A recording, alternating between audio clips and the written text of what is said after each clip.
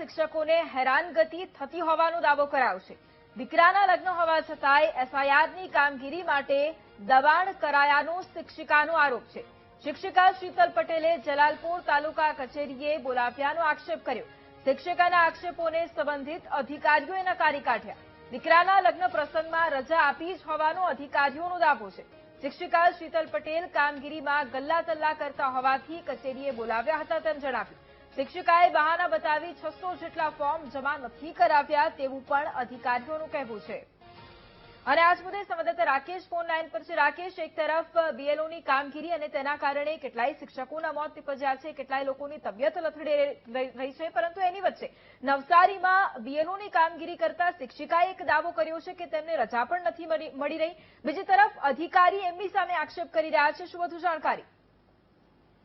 વૈભવી, ખાસ ગુજરાતભરમાં પર એફઆઈઆરની કામગીરી ચાલી રહી છે, જેને મુદ્દે અલગ અલગ જિલ્લાઓમાં જે આત્મહત્યાના કિસ્સાઓ પણ બન્યા છે। તે નવસારી જિલ્લામાં પણ એક બનાવ સામે આવ્યો છે કે માનસિક ત્રાસ અપાતો હોવાનો બનાવ સામે આવ્યો છે, જેને લઈને શિક્ષિકા બીમાર થઈ છે। ખાસ કરીને અલગ અલગ જે કામગીરી સોંપવામાં આવી છે, જેને લઈને શિક્ષિકાના ઘરે લગ્ન છે એવું કહીને લગ્ન હોય છતાં પણ જે શિક્ષણ કાર્ય ઉપરાંત બીએલઓની કામગીરીને ઘરમાં પ્રસંગ છે, જેને લઈને શિક્ષિકાએ રજૂઆત કરી હતી કે મારા ઘરે લગ્ન છે, મને કામગીરી હાલ પૂરતી ઓછી આપો। જેને લઈને જે કંઈક કામગીરી આપવામાં આવી હતી અને કામગીરી સામે દબાણ કરવામાં આવ્યું હતું ને માનસિક હેરેસમેન્ટ કરવામાં આવ્યું એવી વાત છે। પરંતુ જે આ ચિરાગભાઈ છે, જે કામગીરી સોંપનાર, એમને પૂછવામાં આવે છે એમના પરિવારમાં જે લગ્ન હતા એ લગ્નની તમામ જે કંઈક રજાઓ મંજૂર કરી હતી એ રજાઓ મંજૂર કરી હતી, તેમ છતાં પણ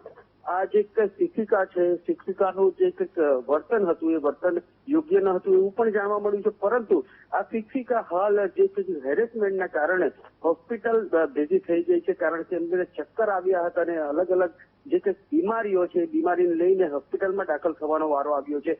જે કે આ ગુજરાતમાં બીએલઓની જે કામગીરી છે, એક તરફ શિક્ષણ કાર્ય છે, બીજી તરફ બીએલઓની કામગીરી છે અને ઘરમાં પ્રસંગ આવતો હોય છે ત્યારે માનસિક હેરેસમેન્ટ થતું હોય છે એવું ખાસ કરીને જોવા મળે છે। બિલકુલ, આભાર રાકેશ તમામ જાણકારી માટે।